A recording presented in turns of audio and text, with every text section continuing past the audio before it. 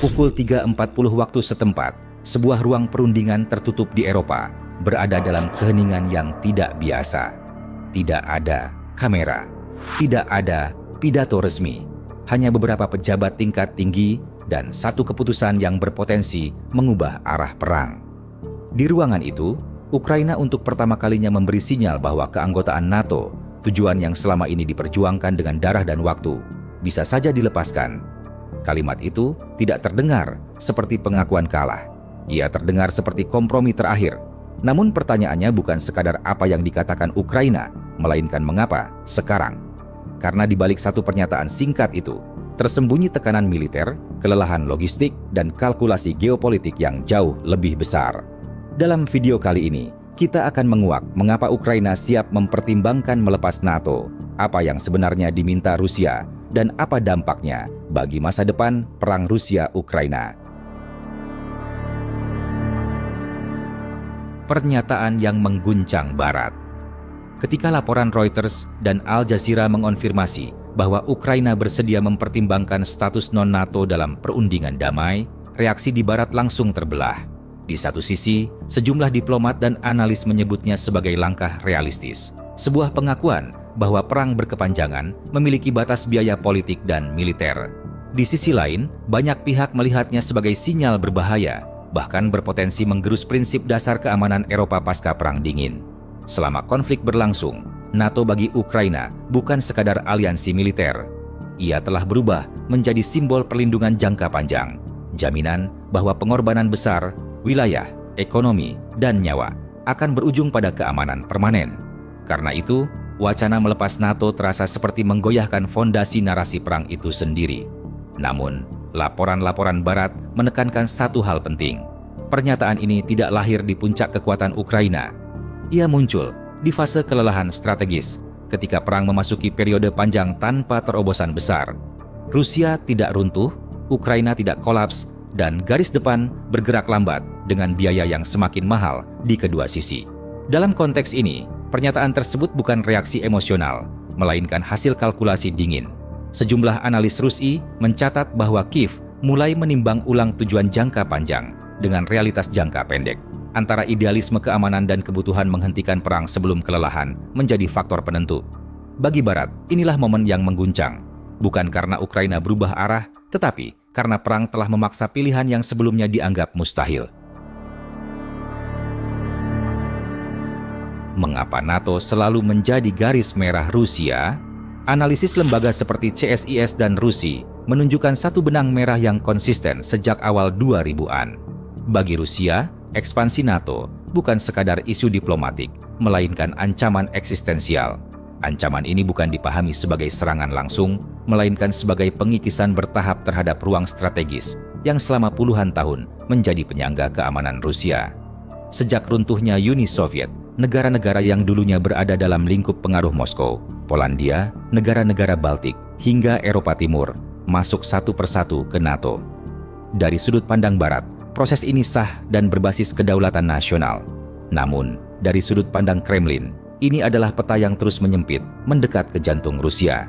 Ukraina menempati posisi unik dalam kalkulasi ini. Secara geografis, historis, dan militer, Ukraina bukan sekadar tetangga. Ia adalah koridor strategis utama Rusia di sisi Barat.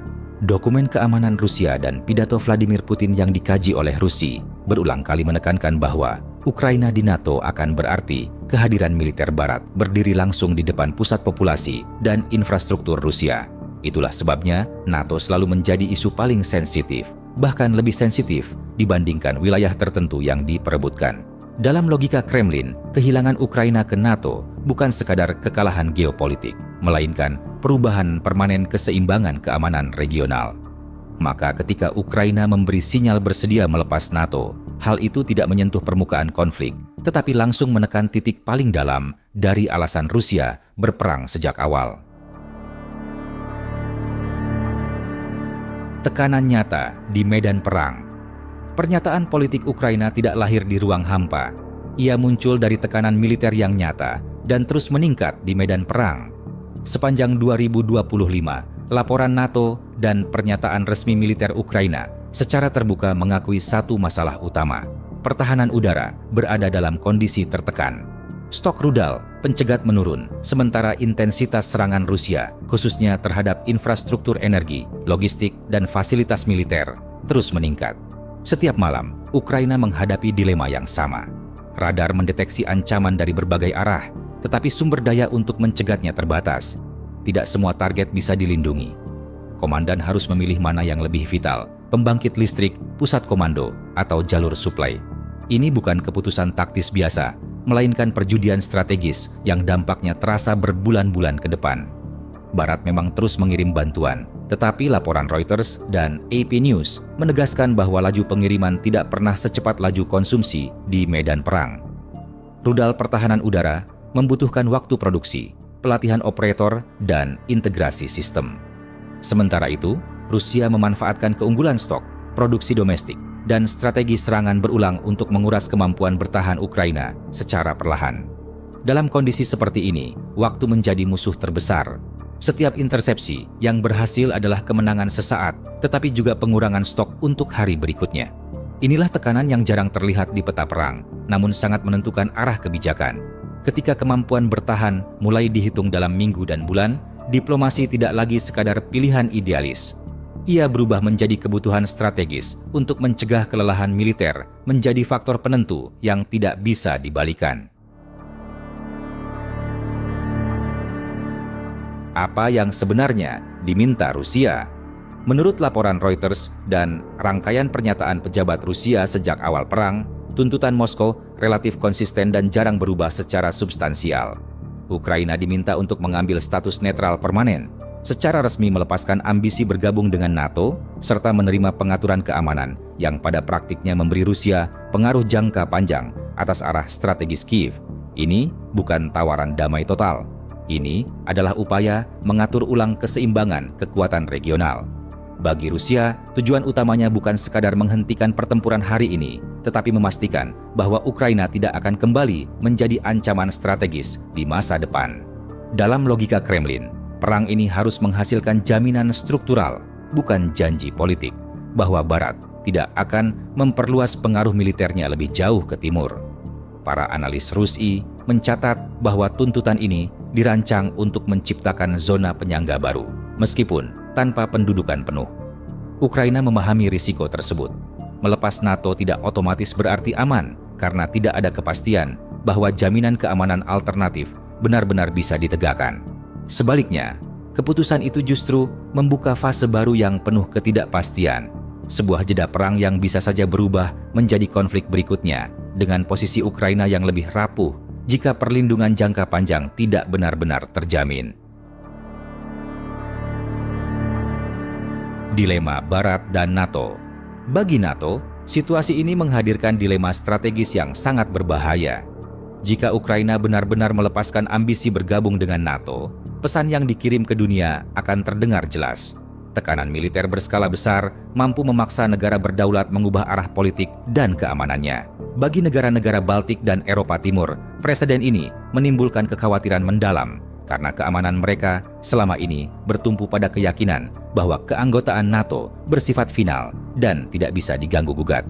Namun di sisi lain, laporan Reuters dan pernyataan pejabat NATO menunjukkan bahwa perang berkepanjangan juga membawa biaya yang terus meningkat bagi Barat. Dukungan militer membutuhkan anggaran besar, rantai pasokan yang panjang, serta kesiapan politik domestik yang semakin diuji oleh kelelahan publik dan tekanan ekonomi. Setiap paket bantuan baru memerlukan konsensus yang semakin sulit dicapai. Dalam konteks ini, NATO terjebak di antara prinsip dan realitas. Prinsipnya adalah mempertahankan hak kedaulatan dan mencegah perubahan batas keamanan melalui kekerasan. Realitasnya adalah keterbatasan sumber daya, waktu, dan kesabaran politik. Dilema inilah yang membuat pernyataan Ukraina tentang NATO tidak hanya menjadi isu Kiev semata, tetapi masalah strategis yang langsung menyentuh kredibilitas dan masa depan aliansi itu sendiri. Kesediaan Ukraina mempertimbangkan untuk melepas NATO bukanlah tanda menyerah, melainkan refleksi dari realitas perang modern di mana waktu menjadi faktor paling mahal. Setiap bulan yang berlalu mengubah kalkulasi militer dan politik. Setiap malam, serangan menggerus pilihan yang tersisa. Analisis Reuters dan CSIS menunjukkan bahwa konflik berkepanjangan bukan hanya menguji kekuatan senjata, tetapi juga daya tahan ekonomi, stabilitas sosial, dan konsistensi dukungan internasional. Keputusan ini bisa membuka jalan menuju gencatan senjata dan memberi ruang bagi pemulihan.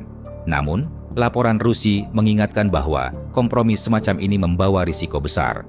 Tanpa jaminan keamanan yang benar-benar kuat, konflik bisa berhenti sementara hanya untuk muncul kembali dalam bentuk yang berbeda, dengan posisi Ukraina yang lebih rapuh. Sejak pernyataan itu muncul, satu kesimpulan menjadi jelas.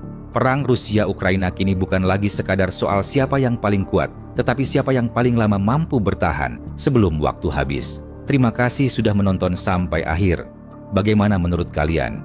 Apakah langkah ini realistis atau justru berbahaya? Tulis pendapat kalian di kolom komentar dan jangan lupa subscribe untuk analisis konflik global berikutnya.